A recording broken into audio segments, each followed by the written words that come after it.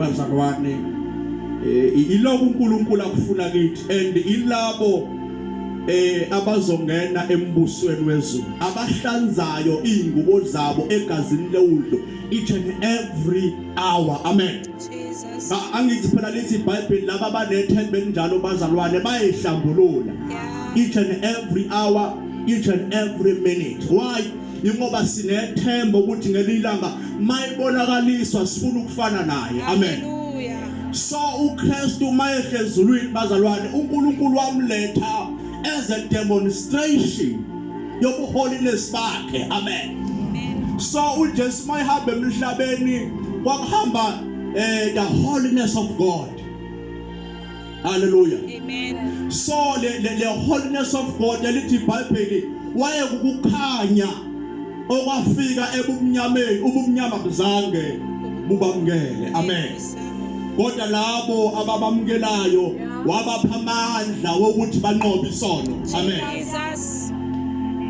Kodwa Kristu. Hey, Nkosi yami. So now bazalwane masamba emhlabeni what you must understand, you got power to overcome the sin. Amen. Because esimlandelayo is a king onqobe isono. Amen. Amen. So thina sihamba ngalo mandla esiphiwe uKristu Jesu. Damonde simamukela abazalwane uthi ngiyakholwa ngenhliziyo ngiyavuma ngomlomo boom power. Amen. Jesus. The power of overcoming is sin. Amen. Bazalwane. Hallelujah. The power of overcoming is sin. You got power ukuthi lento oyiyona nengamthokozisa uNkulunkulu yiyeke. Because you are the child of God. Amen. Hallelujah. So now bazalwane uNkulunkulu wethu ukhanya nje ukhanya bazalwane ukhanya edeleni elize lithi iBhayibheli azathi amafilosofa ameyichaza le ndaba bazalwane ama-theologian athi makufika ukukhanya bazalwane ikona ukukhanyisa indlela. Amen. Elithi iBhayibheli izwi laNkulunkulu isibane enyaweni. Amen.